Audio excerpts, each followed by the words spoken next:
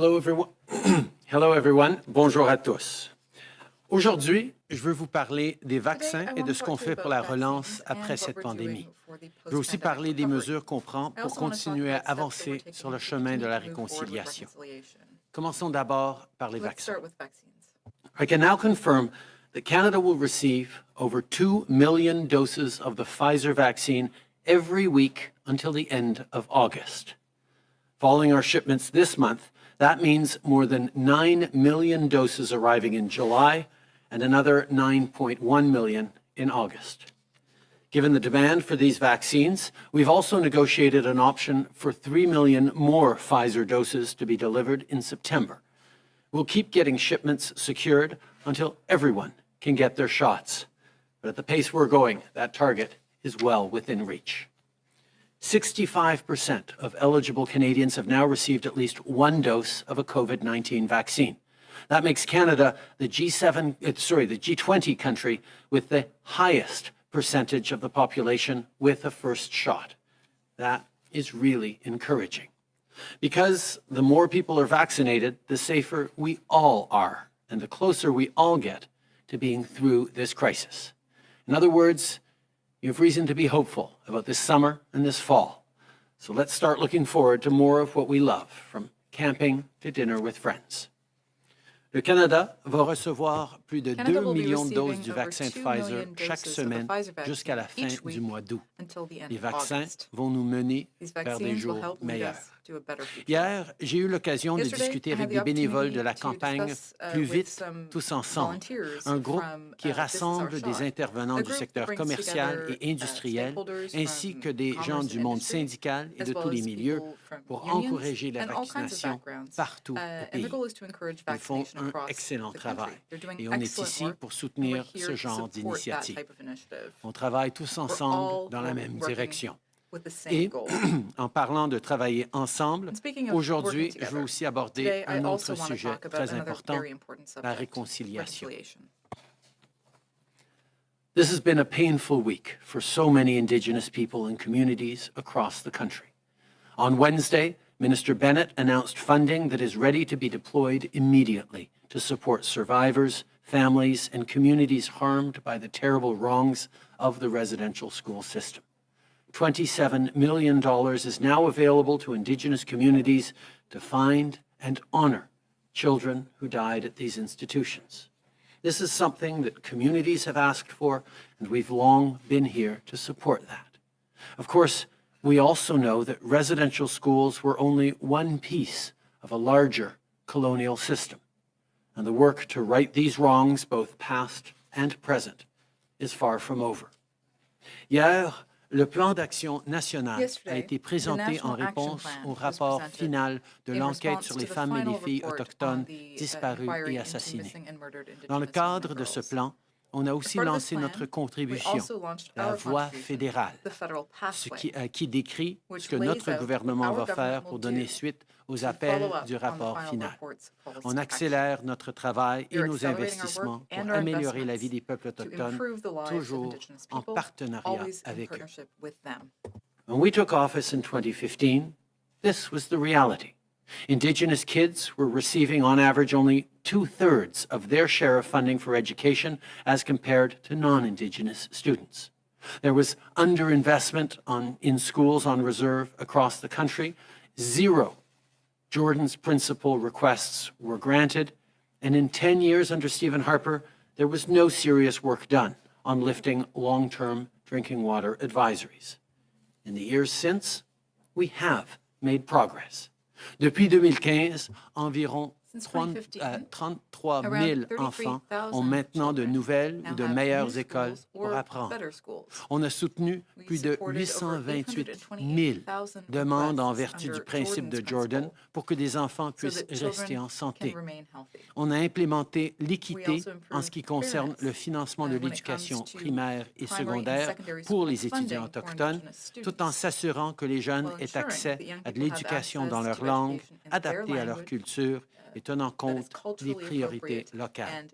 Et partout au pays, On a fait des progrès pour combler des lacunes qui existaient depuis trop longtemps, notamment en levant plus de 100 avis concernant la qualité de l'eau potable à long terme. Et ce ne sont que quelques exemples de ce qu'on a fait.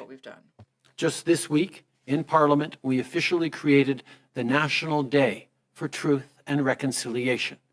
We've moved forward so that our citizenship oath now includes recognition of Indigenous peoples. And the UN Declaration on the Rights of Indigenous Peoples has made it through the House, and I call on the Senate to ensure that it passes very soon.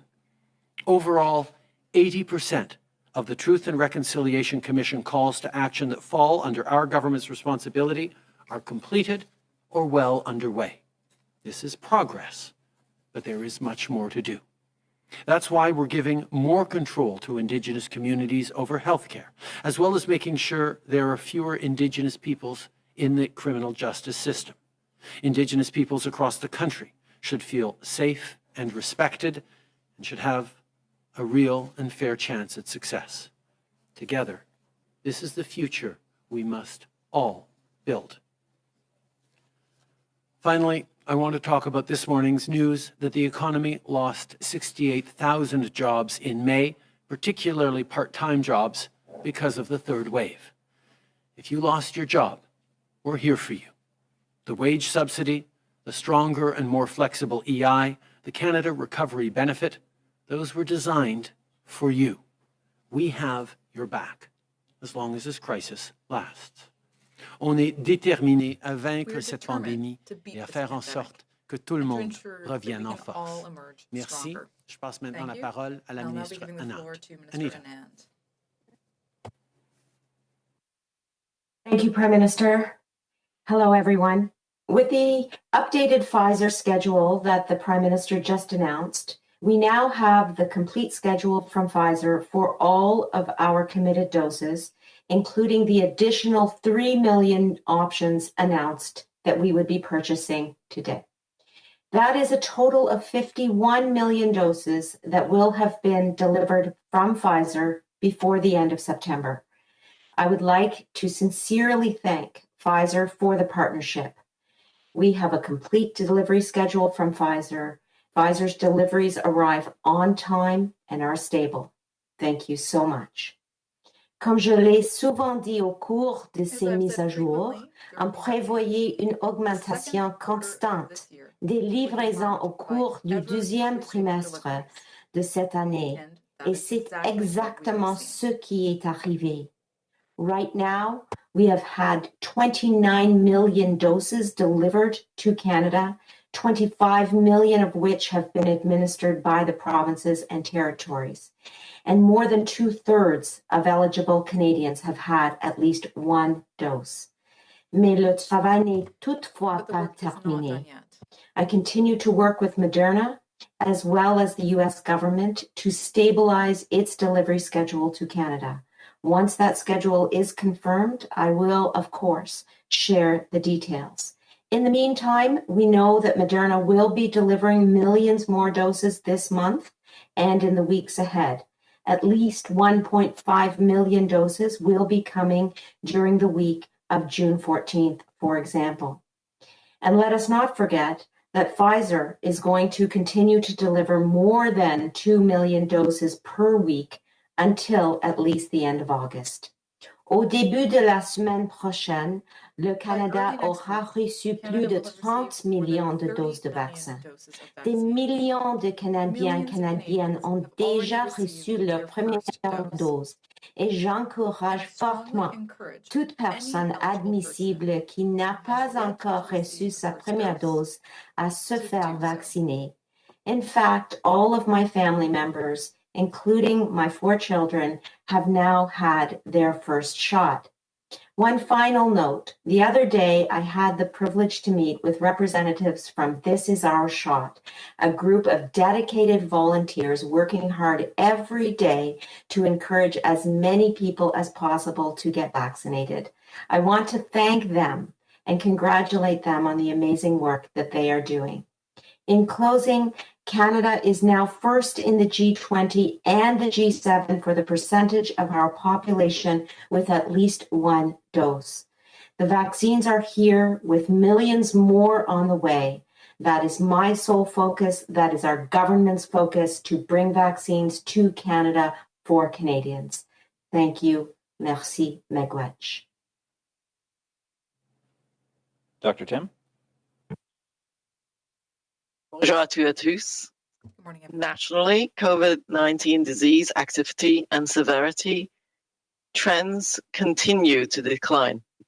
The latest 7-day average for daily cases is just over 2,300, which is 73% lower than the peak of the third wave. The latest 7-day average for the number of people with COVID-19 being treated in our hospitals each day has dropped 47% since the peak to just over 2,300 daily. Of these, on average, 1,000 were being treated in intensive care units, down 31% since the peak, and average daily deaths are down 35% to 34 deaths being reported daily. As of today, over 25 million doses have been administered across Canada, with close to 2.8 million Canadians getting a dose of COVID-19 vaccine in the past week alone. As of May the 29th, 65% of the population aged 12 years or older have received at least one dose. As of May the 30th, there have been 44 national reports of rare but serious blood clots with low levels of blood platelets following immunization with the AstraZeneca vaccines in Canada. Of those, 30 have tested positive for the PF4 antibodies, meeting the definition of vaccine-induced immune thrombocytopenia, or VIT. Laboratory testing on the remaining 14 individuals is ongoing. Sadly, among those confirmed cases of it, there have been 5 deaths reported. We offer our most sincere condolences to the loved ones of those who have passed away. Every week, we get closer to 75% of eligible Canadians having received their first dose of vaccine protection against COVID-19. As we pass that goal in the coming weeks, provinces and territories are also accelerating their second dose programs to get more people in Canada fully vaccinated for optimal protection against COVID-19. If you don't have your first shot or haven't booked an appointment yet, now is the time. This includes those who are pregnant or breastfeeding, as well as those with an autoimmune condition or who are immunosuppressed. If you've already had your first shot, thank you. It's win-win.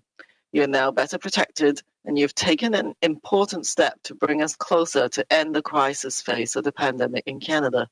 You can now keep an eye out for when you'll be eligible to receive your second shot. Even if you already have an appointment, be sure to monitor local public health information, as appointment dates may be moved up as supply increases. Getting that second dose is important, both for your own protection and for building immunity in your community. This is a double win-win. While your first dose provides priming immunity, providing most of us with good protection and reducing the likelihood of severe illness, the second dose is crucial for boosting our immune systems to build strong and longer-lasting immunity. We're on the right path to get back to the things that we miss. Let's keep going steady as we go and not let complacency hold us back from a safer summer sooner. Thank you. Merci, Megwitch. Bonjour à toutes et à tous. À l'échelle nationale, nous continuons d'enregistrer une baisse constante de la transmission de la COVID-19 et de la gravité des cas. La dernière moyenne sur 7 jours est un peu plus de 2300 cas signalés par jour, ce qui représente une diminution de 73% par rapport au pic de la troisième vague. Quand la dernière moyenne sur 7 jours du nombre de personnes atteintes de la COVID-19 traitées chaque jour dans nos hôpitaux, elle a chuté de 47% depuis le point culminant pour atteindre un peu plus de 2300 personnes quotidiennement. De ce nombre, 1000 personnes en moyenne ont été traitées dans des unités de soins intensifs, ce qui représente une baisse de 31% depuis le pic, et le nombre moyen de décès par jour a diminué de 35% pour se chiffrer à 34 décès signalés par jour. En date d'aujourd'hui, plus de 25 millions de doses ont été administrées dans tout le pays et près de 2,8 millions de Canadiens ont reçu une dose de vaccin contre la COVID-19 au cours de la dernière semaine seulement. Le 29 mai, 65 de la population, soit les personnes de 12 ans et plus, avaient reçu au moins une dose de vaccin contre la COVID-19. En date de 30 mai, il y a eu 44 cas rares, mais graves, de caillots sanguins et de faibles niveaux de plaquettes sanguines suite à l'immunisation avec les vaccins d'AstraZeneca au Canada. Parmi les personnes concernées, 30 ont reçu un résultat positif au test de détection des anticorps dirigés contre les complexes de facteurs plaquettaires, c'est-à-dire PF4, ce qui répond à la définition de la thrombocytopénie thrombotique immunitaire induite par le vaccin, ou TIV. Nous réalisons toujours les tests en laboratoire pour les 14 autres personnes. Malheureusement, parmi ces cas confirmés de TIV, 5 décès ont été signalés. Nous offrons nos plus sincères condoléances aux proches des disparus. Chaque semaine, nous nous rapprochons de la proportion de 75 des Canadiens admissibles ayant reçu la première dose du vaccin contre la COVID-19. Nous franchirons ce cap dans les prochaines semaines. Les provinces et les territoires intensifient aussi leur campagne de vaccination avec la seconde dose pour augmenter le nombre de gens au Canada entièrement vaccinés qui bénéficieront d'une protection optimale contre la COVID-19. Si vous n'avez toujours pas reçu votre première dose ou si vous n'avez pas encore pris rendez-vous, c'est le moment d'agir. Cela comprend les personnes enceintes ou qui allaitent et celles atteintes d'une maladie auto-immune ou immunodéprimée. Si vous avez déjà reçu votre première dose, nous vous en remercions. C'est avantageux sur tous les plans. Vous êtes maintenant mieux protégés et vous avez contribué de façon importante à nous rapprocher de la fin du stade critique de la pandémie au Canada. Vous pouvez dès maintenant surveiller quand vous serez admissible à votre seconde dose.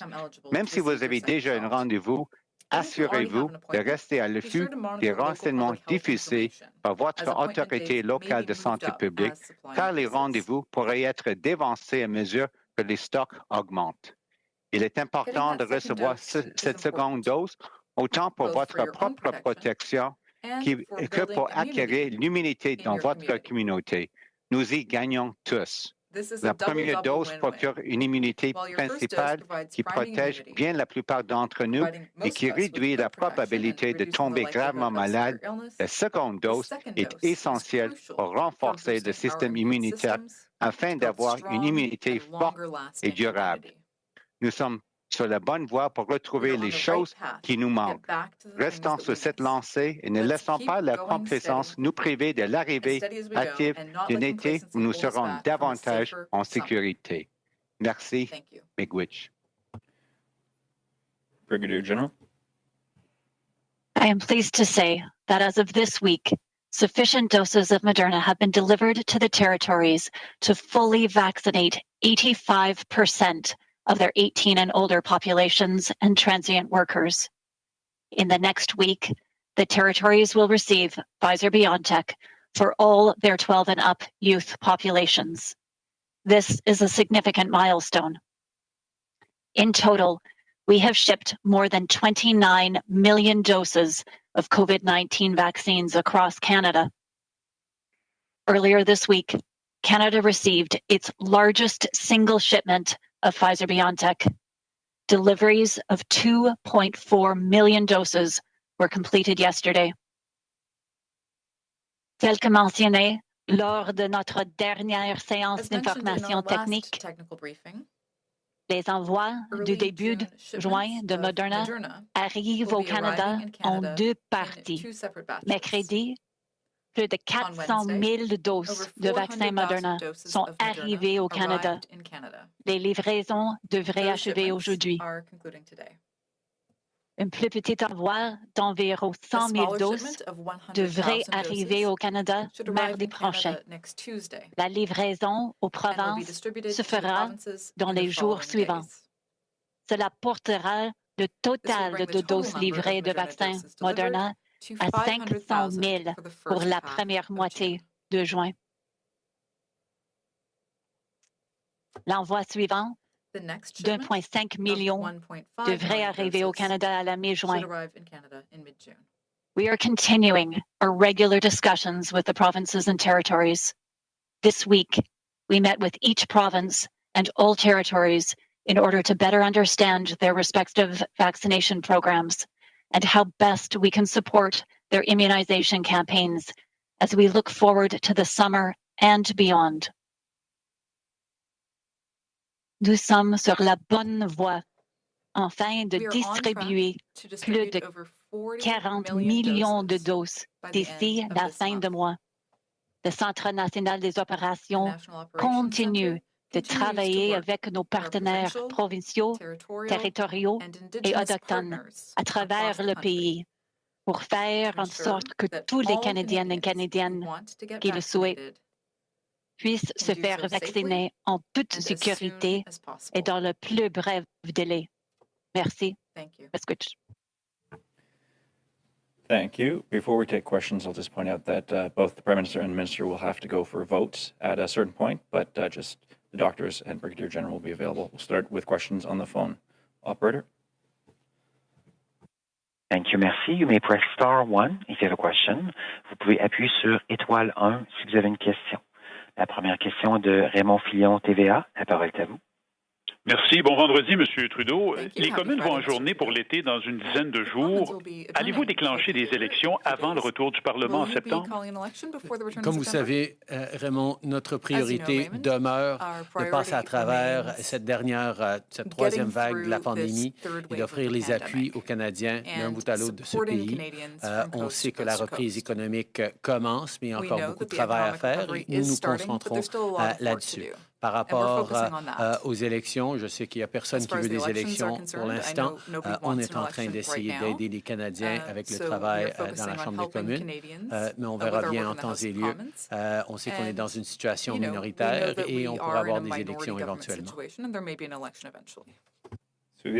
Qu'est-ce qui vous ferait déclencher des élections cet été? Quelle serait la raison?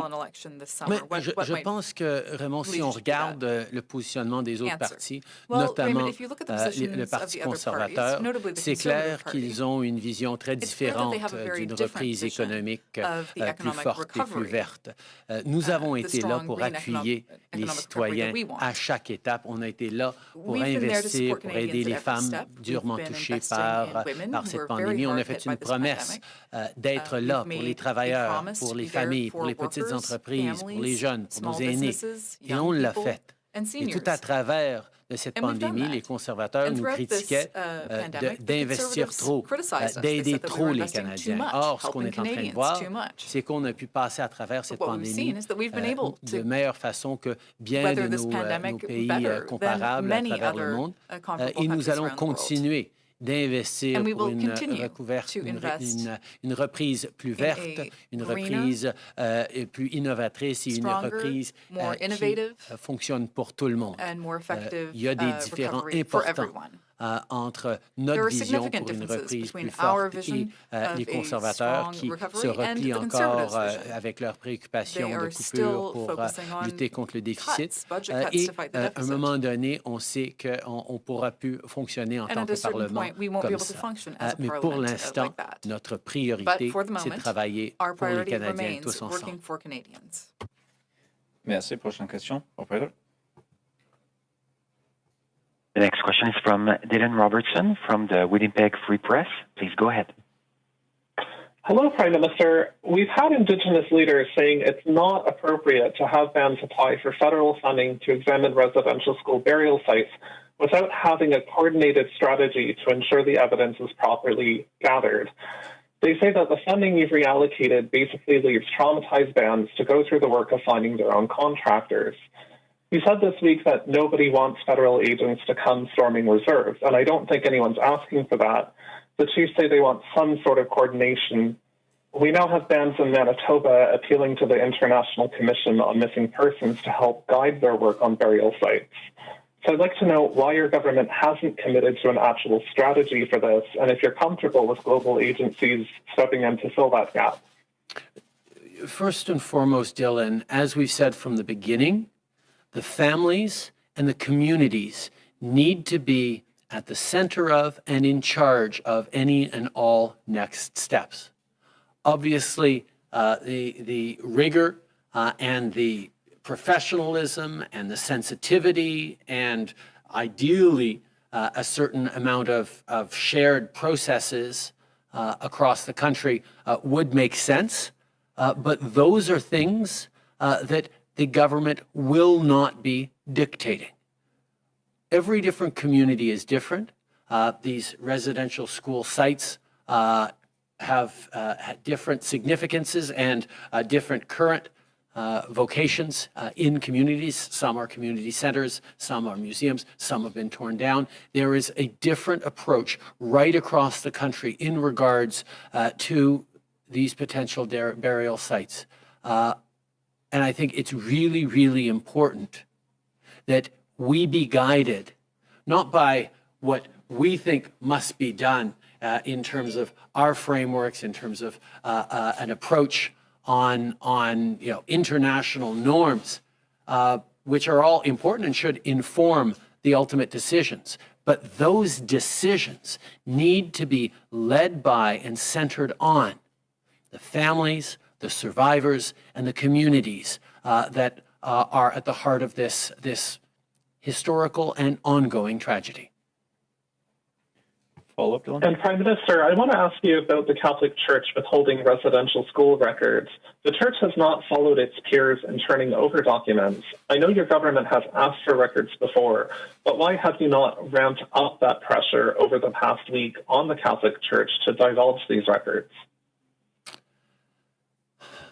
Let me just say, Dylan, as a Catholic, I am deeply disappointed by the position that the Catholic Church has taken now and over the past many years. When I went to the Vatican a number of years ago, I directly asked His Holiness Pope Francis to move forward on apologizing, on asking for forgiveness, on restitution, on making these records available. And we're still seeing resistance from the Church, possibly from the Church in Canada. I think it's going to be a really important moment for all of us, particularly Catholics across the country, to reach out in our local parishes, to reach out to bishops and cardinals, and make it clear that we expect the Church to take up and step up and take responsibility for its role in this and be there to help in the grieving and the healing, including with records, that is necessary. It's something a number of other churches, the United Church and others, have done. It's something we are all still waiting for the Catholic Church to do. En tant que catholique, je vais avouer que je trouve ça très difficile que l'Église catholique refuse encore de s'excuser et de participer au processus important de vérité et de guérison dans lequel nous embarquons.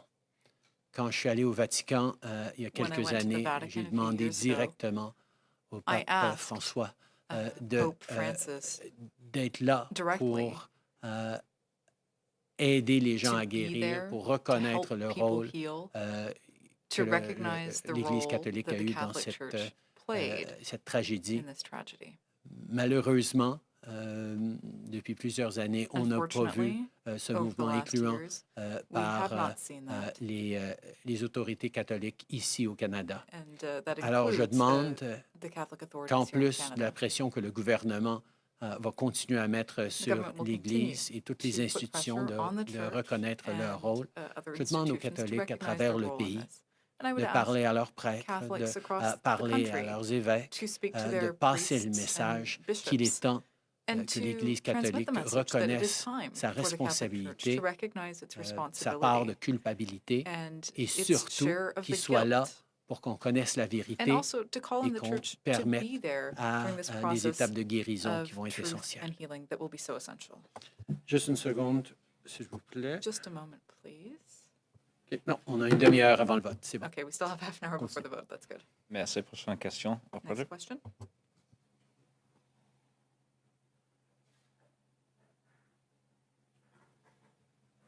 Operator, next question.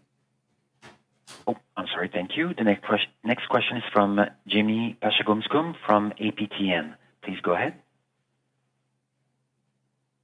Hi, thank you. I'm sorry, I'm on the phone. Is the Prime Minister still with us? Yes, yes, I am, very much. Go ahead, please. Okay, thank you. Thanks, Mr. Prime Minister. Now, the Canadian government is currently excluding thousands of First Nations families from settlement talks in class action that deals with the underfunding of the child welfare system and Jordan's principle. This is because the Crown believes it can, beat them in court based on legal technicalities. And you said time and time again that nothing is more important to Canada than its relationship with Indigenous people. As a gesture of reconciliation, and I know we've heard that term thrown around a lot this past week, will you reverse this position and include these plaintiffs in the settlement talks? Thank you very much for your question. Let me first be very clear. We are not fighting Indigenous kids in court, regardless of what political opponents may say. We have been working clearly and collaboratively with Indigenous organizations and leadership across the country on the harm that has been done over the past many years to far too many Indigenous kids, now adults, in the Child and Family Services system. We have recognized from the very beginning that those Indigenous peoples are worthy of compensation, and we will be compensating them.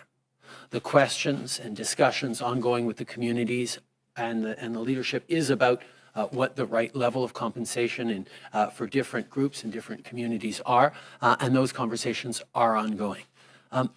But more than just compensations for wrongs of the past years, we also need to make sure we're moving forward on changing the system that led to Indigenous kids over the past few years continuing to be taken from their communities, taken from their languages, from their cultures. That is unacceptable. And that's why over the past years, we worked with Indigenous communities, Indigenous leadership on reforming child and family services so that Indigenous communities could take care of their kids who are at risk, to put Indigenous language, Indigenous culture, and Indigenous teachings at the center of child and family services. That was what Bill C-92 did, which was passed last year in partnership with Indigenous communities, and something that we are continuing to work on now to not just compensate for the past, but to make a change for now and the future, to make sure that kids are supported by community, by language, by culture, even in difficult moments. D'abord, je veux souligner que malgré ce que disent certains politiciens, nous ne sommes pas en train de lutter contre les enfants autochtones à la Cour. Nous sommes en train de travailler avec différents organismes et différentes communautés pour s'assurer qu'il y ait juste compensation pour les jeunes et moins jeunes maintenant qui ont subi des dommages, des blessures mentales et physiques dans le système de protection des enfants au cours des dernières années. Nous avons reconnu que ces individus méritent d'être compensés et nous allons les compenser. La question, c'est quel est le niveau approprié pour cette personne-ci ou cette personne-là, dépendamment de leurs circonstances. Et ça, ces conversations progressent de façon constructive. Mais il faut se souvenir que ce n'est pas juste assez de compenser les gens pour des choses qui se sont passées il y a quelques années ou il y a 10 ans. Il faut aussi mettre fin au système de protection des enfants qui continue d'enlever les enfants de leur communauté, les enlever de leur langue, de leur culture, de l'apprentissage traditionnel et qui les laisse dans une situation difficile au niveau identitaire. C'est pour ça qu'avec les communautés et peuples autochtones à travers le pays, depuis plusieurs années, nous travaillons pour une réforme aux lois sur la protection des enfants. Et parce qu'on a pu passer ce projet de loi l'année passée, on est maintenant en mesure de changer le système de façon profonde pour mieux protéger les enfants maintenant et dans les années à venir. C'est du progrès concret. Il reste encore du travail à faire, mais on va continuer ce travail. A follow-up, Jamie? Yes. Respectfully, Mr. Prime Minister, there's some who might disagree with you. In last September, actually, you said that you would not fight certification.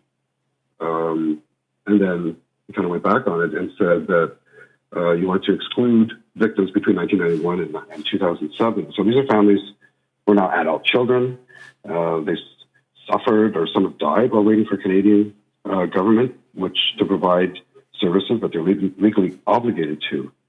So, especially with the recent discovery, in Kamloops of 215 children in the grades, and to this day, kids are still in danger and in care. Some may say that this is an ongoing genocide.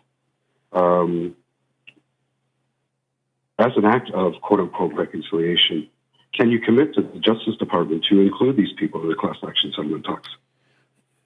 First of all, you bring up exactly the right point, James, that the ongoing removal of kids from their communities to live with foster families, to go to other cities or towns where they lose their culture, they lose their language, they lose their identity, needs to stop.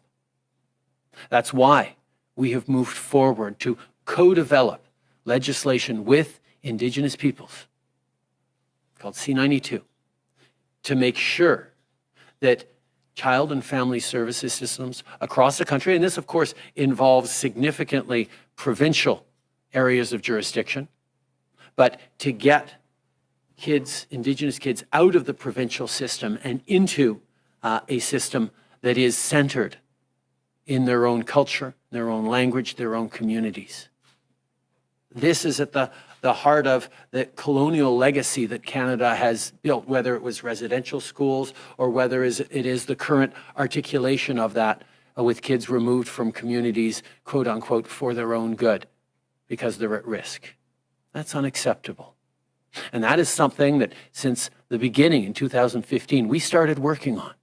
And we got to a place where we passed groundbreaking legislation to put control over kids at risk back into Indigenous communities, to keep them safe, but also to keep them centered in their language and their cultures.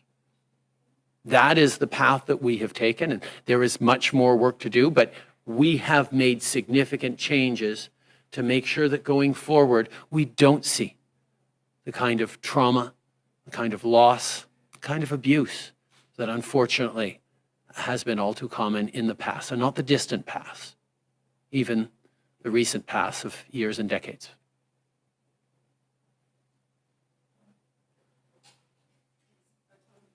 Prime Minister, the federal government has in its possession, in its various archives, documents that were generated both by the federal government and the churches. And these are documents that Indigenous-led groups that are trying to help people and communities like Kamloops get to the bottom of the unmarked burials.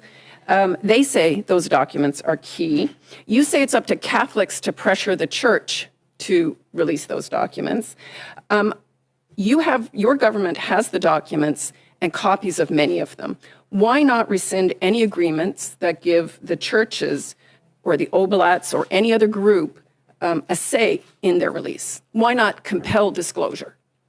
I think if it is necessary, we will take stronger measures. But I think the pressure that we've seen by many Catholics like myself over the course of the past many days, wondering why the Catholic Church in Canada is silent, is not stepping up, is not showing the leadership that, quite frankly, is supposed to be at the core of our faith, of forgiveness, of responsibility, of acknowledging truth. These are things that I am very hopeful that the Catholic Church will very soon change its approach on. And if it doesn't, as you say, Tonda, we have tools that we can use because truth is at the heart of understanding our past and preventing further damage to the future. That's why it was called the Truth and Reconciliation Commission. And we need to have truth before we can talk about justice, healing, and reconciliation. Je pense que avoir les conversations et la pression que bien les catholiques sont en train de mettre sur leur Église, de prendre responsabilité, de reconnaître que au cœur de la foi est l'idée de demander pardon. Is the idea of forgiveness. Je pense et j'espère qu'on va voir une approche beaucoup plus ouverte et responsable de l'Église catholique dans les jours à venir. Mais effectivement, on a des outils qu'on pourrait utiliser si nécessaire. Mais je pense que ce serait mieux pour tout le monde que ce soit fait en partenariat et we're able to do this in partnership and in the spirit of agreement. Prime Minister Kevin Gallagher, CTV National News. I just want to follow up on Tonda's question. So, you say that the government has the tools to compel these documents, and you say if it's necessary, you will. Well, how come now is not necessary? What are you waiting for? Obviously, and I'm not going to get into the details of what tools and what processes and what documents. Let me talk about the basic principles. We have committed as a country to revealing the truth, to sharing the truth, to allowing access to the truth, first and foremost, so communities can understand what happened to their loved ones and grieve them and mourn them and perhaps bring them home. These are the things that are most important for Canadians and for Canada right now. And our role in ensuring that that happens is one that we take very seriously, and we will be there to ensure that the truth is known. Now, before we have to start taking the Catholic Church to court, I am very hopeful that religious leaders will understand that this is something they need to participate in and not hide from, that forgiveness and redemption is a path that we all are told we should be walking on through our faith. And I am confident that the Catholic Church is hearing these calls very clearly and is understanding the kind of dismay and grief that many Canadians are feeling right now at seeing the continued lack of action. David Aiken, Global News. Good afternoon, Prime Minister. So you did a little stock taking in your opening remarks about the TRC calls to action, drinking water advisories. I'd like to do a little stock taking for this week. On Monday, you said you would directly speak to Ministers Bennett, Lametti, Vandal, Miller, and you promised concrete action. 2 days later, Minister Bennett sort of opened the wicket up and said, come apply for money. So is that it for the concrete action? Is there more concrete action that will be coming on the residential schools, et cetera? Yes, there is much more action to come. There is much more work to be done. As I referred to on Monday, we talked about the fact that we set aside over $30 million for exactly this. Had been working with communities around ways to flow that money, but that has been accelerated significantly this week, and families and communities can move forward. And let me be very, very clear that we will be there with whatever supports are necessary for communities and Indigenous leadership to move forward in the way that is appropriate for their community. It's not up to the federal government to dictate this, that, or the other thing. It's not up to international bodies to choose to come in, although they would be welcome. It is about Indigenous communities having the tools that they need to move forward. It's not up to the federal government to decide what those tools are either. But we will be there and are now engaged in direct conversations with communities that are stunned and shocked and grieving and hurting because of the recent news, and want to move forward in a way that is supporting their families, their elders, their community in the right way. And we as a government will be there concretely with action and resources as they need to for moving forward. CBC, I'd like to ask you about the past and the present day. You're going to be speaking to Ryerson students this afternoon, and I'm wondering if the events of the past week have made you reconsider the idea of honoring people like Egerton Ryerson, like Sir Johnny MacDonald, who this building is named after, whether you think that's still appropriate. And on the present day, after the release of your National Action Plan yesterday, Marion Buller, the commissioner of the MMIWG report, came out and said she was disappointed and she doesn't see why an Indigenous person would trust the government on this issue. So all your words about reconciliation, why do you think it is that so many Indigenous people, or some Indigenous people, don't trust your government or you? First of all, on the Sir Johnny MacDonald building that we're in right now, on Ryerson University, where I will be speaking later today, there are lots of really important conversations to have, and I think we need to have them as Canadians who grapple with a past that is not just a historical past, but a past that has impacts on the present right now. I think there are serious and mature conversations we need to have, and I can't dictate whether it's appropriate for this place or that place to carry this name or that name. But I think being eyes wide open about what we choose to honor and commemorate, I think we always need to know, we always need to retain awareness of the past, but awareness that is nuanced and informed and understanding. And the decisions on who we commemorate and how we commemorate them are decisions that we have to take through careful reflection and open and difficult conversations in our communities and in our society.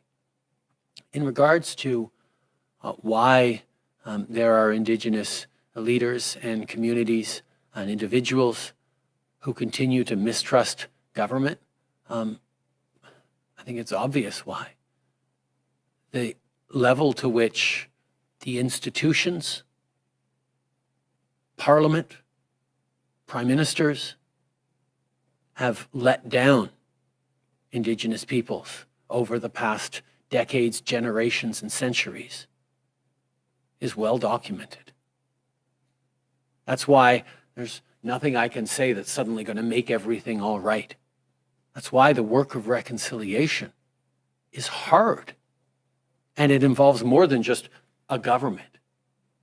It involves Canadians. It involves organizations and orders of government. It involves individual choices and collective choices. And most of all, it involves action. Action that's going to rebuild trust step by step. And for every boil water advisory we end, for every school we open, for every of the hundreds of thousands of Jordan's principal requests we grant, there's still more to do.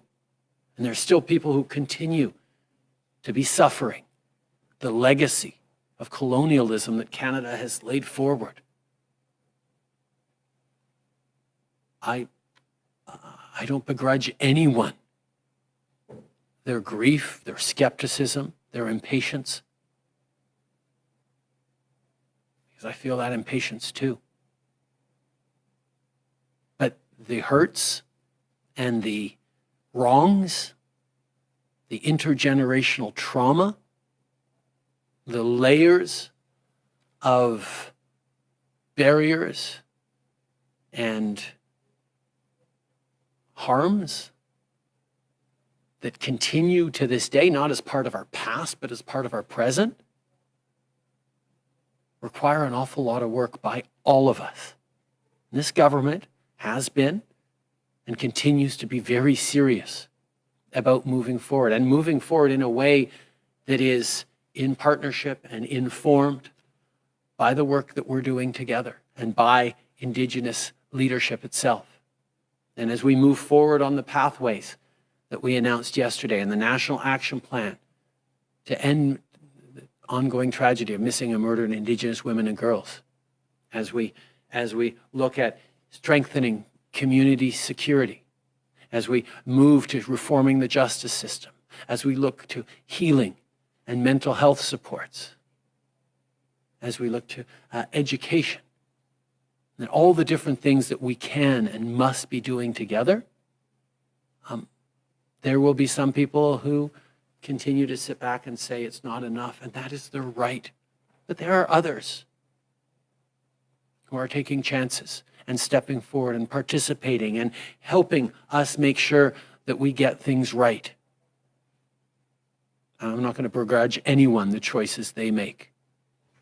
But I am going to thank those people who, despite all the hurt, despite all the trauma, despite all the mistrust, continue to believe that working together, that moving forward on these solutions is the only path, not just for reconciliation, but for Canada. And Minister and Prime Minister will now have to excuse themselves to go vote. Nope, I still got time. Go ahead. Good afternoon, Mr. Trudeau. Man Hamid with the Canadian Press. The United Nations Human Rights Office has called this morning on Canada to conduct investigations into the burial sites in Kamloops and in other locations across the country. Former Senators Mary Sinclair and the former chair of the TRC Commission, he said yesterday that Canada also, there should be an investigation, but he said that federal government shouldn't run that investigation. How are you going to grant some accountability and make sure that those who committed these human rights violations in residential schools that led to the deaths of hundreds of Indigenous children are brought to account? As I've said, we will put the families and the communities at the center of our path forward. What the government of Canada thinks is the right thing to do or wants to do is secondary in this issue. As I've said, we will be there to support what the communities want and need. We are open to international participation. We are open to common standards across the country. We are open to individual approaches for every single one of these communities. We are open and there to be a partner with resources and support for every community in its path for grieving, for healing, and for reconciliation. Laurence Martin, Radio-Canada. Est-ce que c'est pas un peu facile, M. Trudeau, de critiquer l'Église catholique quand tant de communautés autochtones en ce moment au pays vous reprochent votre inaction comme gouvernement? Je pense que nous avons tous nos parts de responsabilité sur les 94 appels à l'action de la Commission sur la vérité et la réconciliation. Nous avons travaillé sur 80% de ceux qui étaient dans notre zone de contrôle. On en a conclu plusieurs. Et d'autres, c'est des problématiques à plus long terme. Mais une de ces recommandations ou appels à l'action, c'était que l'Église catholique, le Vatican, s'excuse. Ce n'est pas le gouvernement fédéral qui peut faire ça. On a fait notre part en demandant au pape de s'excuser. Mais nous avons tous du travail à faire. Et ce n'est pas une question de dire « Ah non, moi j'ai rien à faire, c'est l'Église qui doit le faire ». C'est pas du tout ce que j'ai dit. Nous avons tous du travail à faire et on en a fait en tant que And we have gouvernement, done work as que ce government. soit des mesures et de la nouvelle législation pour Whether protéger it's the new les langues legislation to autochtones, protect Indigenous pour languages, mettre les communautés autochtones au centre et putting Indigenous responsables de communities leurs enfants à risque, que ce soit in charge of their at-risk de children, lever plus de 100 whether it's avis lifting more than d'émission d'eau, 100 boil que ce water soit advisories, au niveau des centaines de nouvelles écoles qu'on a or ouvertes à building travers le hundreds pays. of new schools for Indigenous On children est là across the pour travailler across the country. avec la communauté We et are on here reconnaît to qu'il y a work with bien d'autres Indigenous à faire, mais communities. We nous ne sommes recognize pas that les there's seuls. much more to do, Les but we are gouvernements not provinciaux, les the only gouvernements ones municipaux, les who have to do organismes this. There comme are les églises organizations like ont aussi churches leur rôle à jouer. and other Mais les stakeholders who have a Canadiens role to aussi play ont as leur well. rôle à jouer. And Canadians have a role to play too. On a tous, dans nos vies de tous les jours, des In our daily opportunités lives, we all have de s'informer, de opportunities s'éduquer plus sur to l'histoire du learn more Canada about et Canada's history sur les articulations de ce passé qui existe dans le présent. and to Et see donc, nous the allons continuer ramifications of that history ensemble, in our life en today. prenant toute la responsabilité nécessaire, tous et chacun, Each and every pour one of qu'on en us can finisse learn avec about cette this and take tragédie responsibility coloniale. so that we can finally put this colonial tragedy behind us. So I believe the Prime Minister and the Minister have to vote now. The Minister will return after she votes, but we'll go back to the phone as soon as the Prime Minister leaves for questions for the doctors and Brigadier General Brodie.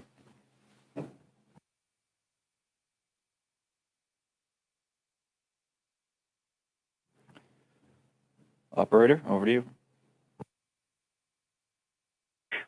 Thank you, merci. You may still press star 1 if you have a question. Vous pouvez appuyer sur étoile 1 si vous avez une question.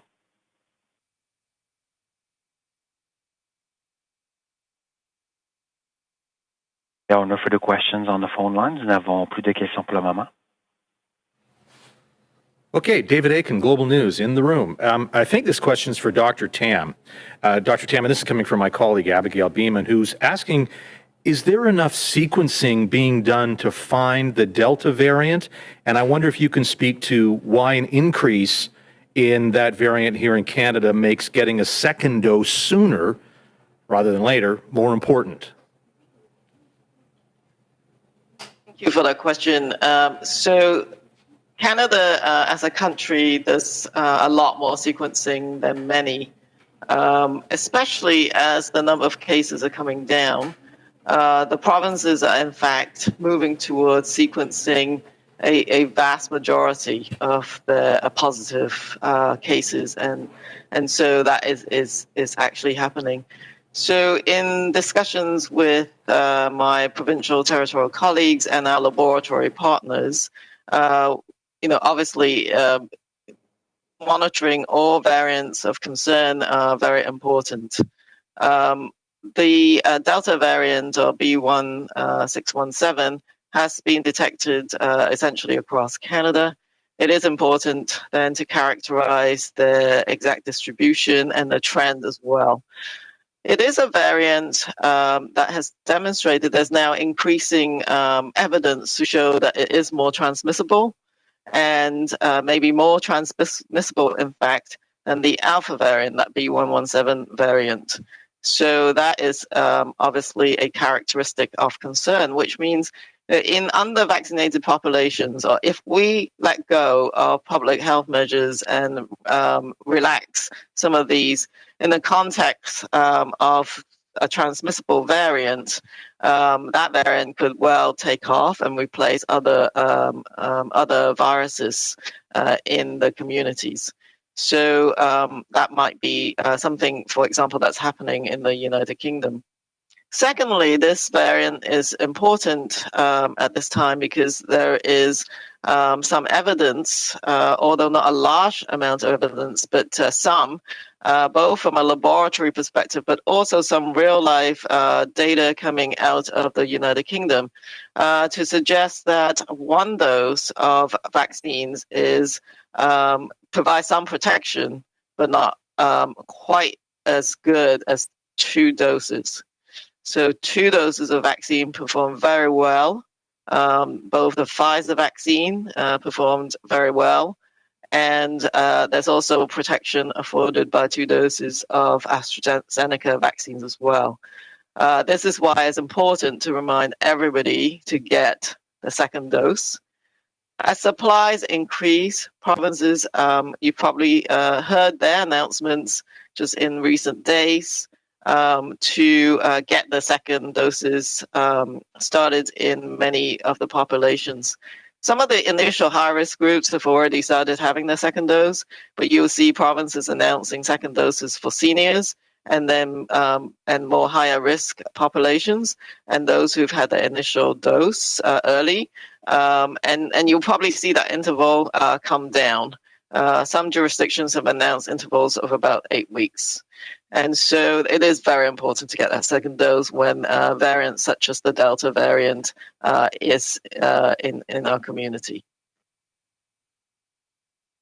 Hey, Kevin Gallagher, CTV National News. My question's for Dr. Tam. So I'd like you to comment a bit about this U.S. study with the 17-aged boys in the United States experiencing heart inflammation within days of getting the Pfizer-BioNTech shot. What should Canadians take away from this development? Yes, so you're talking about some studies and observation from a number of countries, including the United States and also Israel.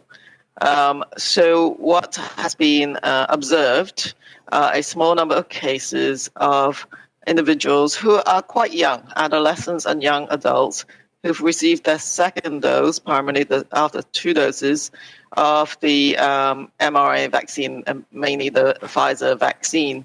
And they develop inflammation of the heart muscle and the covering of the heart several days after vaccination, and more often in males compared to females.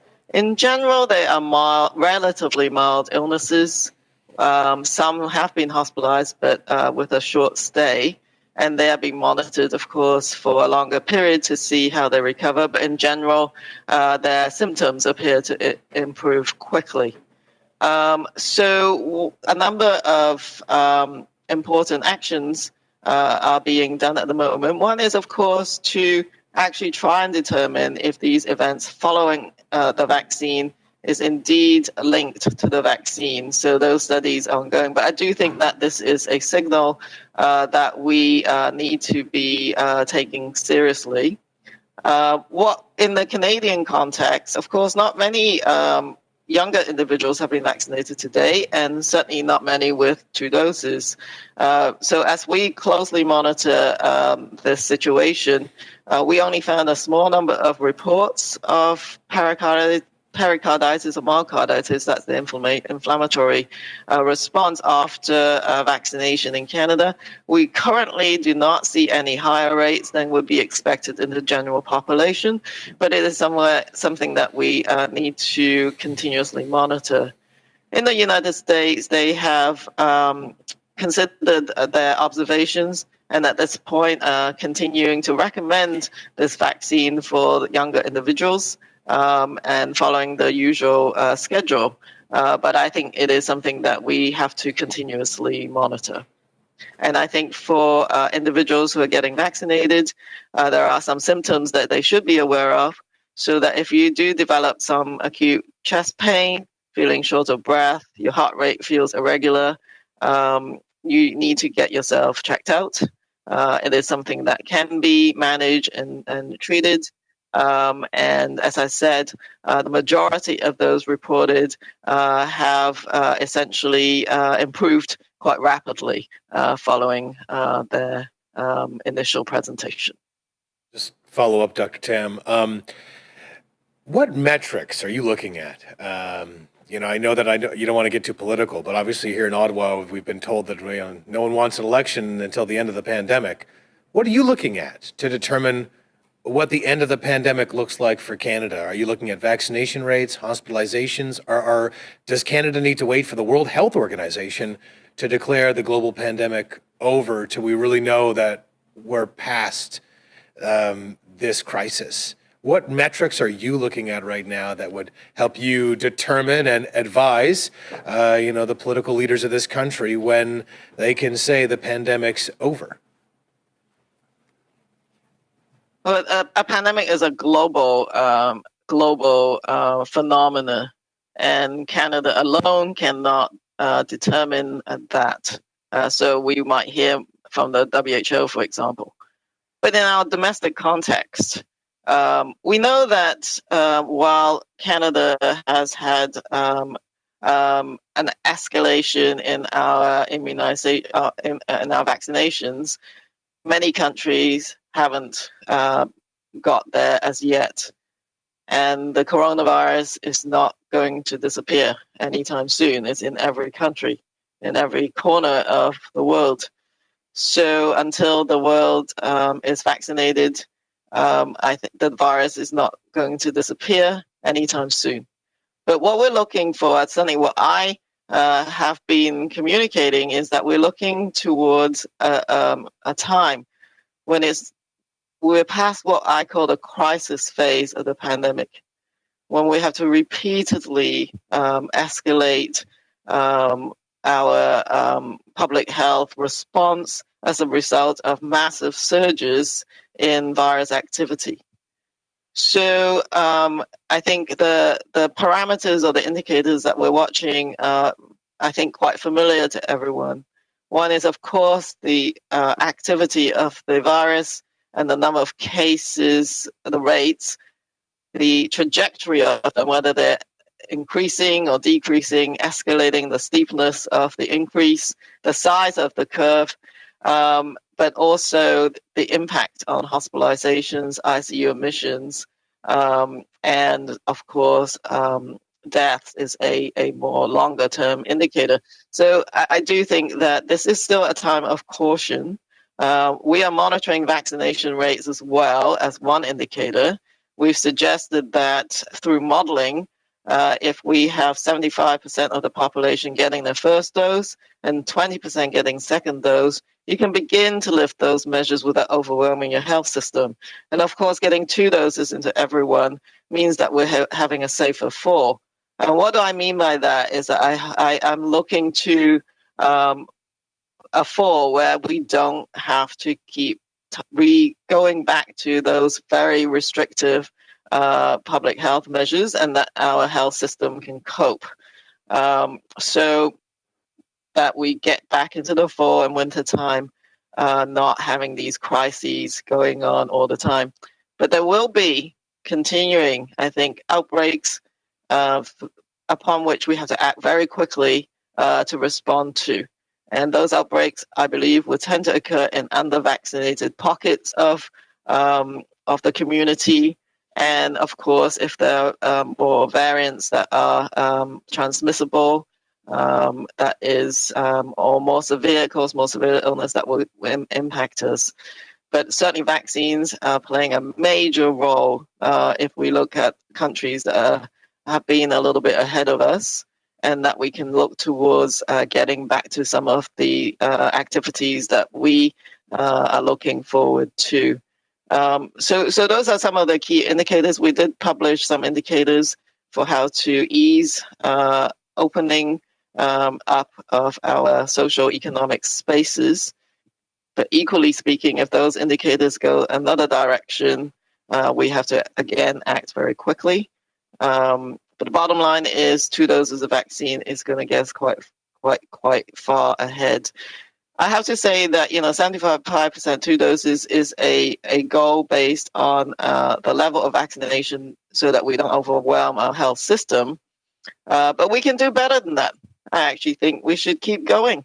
This isn't a threshold or a limit. We've seen some communities getting over 80%, some seniors getting over 90% vaccine coverage. And so we should shoot for the stars, basically. And we'll go back to the phone for one final question. Operator? Thank you, merci. The next question is from Dylan Robertson from the Winnipeg Free Press. Please go ahead. Hi there. A question for Brigadier General Krista Brodie. I'm wondering about expired doses. Provinces keep turning their backs on AstraZeneca, so I'm wondering what the plan is to avoid doses from expiring, and if we're going to send these to COVAX, and how many have actually expired so far.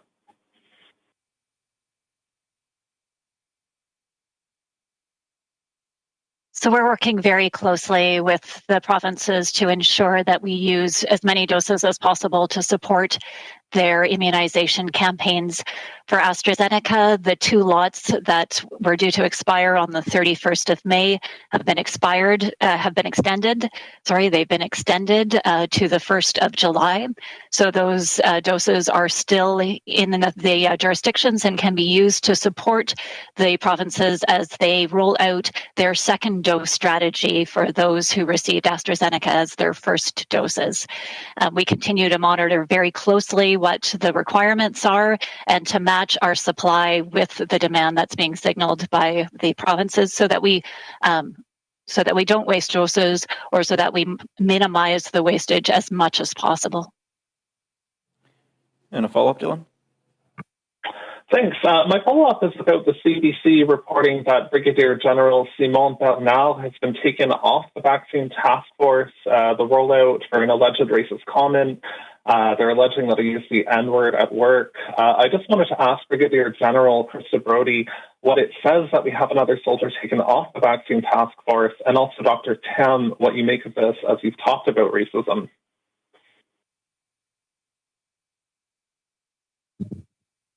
So I'm not in a position to speak to the alleged allegations pertaining to Brigadier General Simard. What I can indicate is that we are very focused on the team here at the Public Health Agency to ensure that we distribute vaccines as quickly, as safely, as efficiently as we can in a manner that's fair and equitable to all. Thank you. Yes, thank you for the question, and thank you, Brigadier General Brodie.